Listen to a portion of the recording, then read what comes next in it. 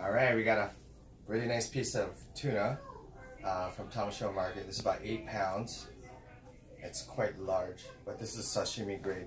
So we're just gonna go kind of through the steps of how to deconstruct this. So the first thing you want to do is this is like the inner part of the fish. So imagine 4 sections to make it a big. This is probably like a 70 or 80 pound tuna. So what we want to do is just kind of take it apart, and we're gonna make blocks for sashimi. So I have my sashimi knife, and what I want to do is just take this section off so we can get it. So that comes off here. Now the skin's still on it, and the reason why they leave the skin on it, because it will keep better.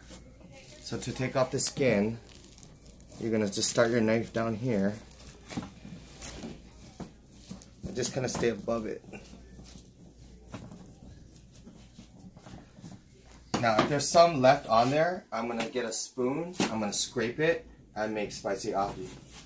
Now, the trick to this is when you make the block, you use 3 finger length to kind of determine how big it is. So I can probably get 3, you know.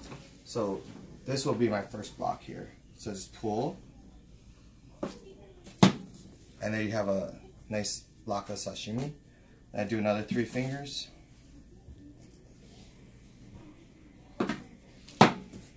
Here's another block.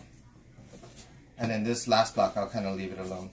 This one has a little bit of string in it, so if you want to just kind of clean that part up, you might want to just take it off. And anything that you don't use, you can just make spicy tuna from it. So like nothing goes to waste. This block, we'll probably want to trim off this top part here, just so it's flat, and then just do another 3 fingers, and now you get all your blocks. Okay, so you can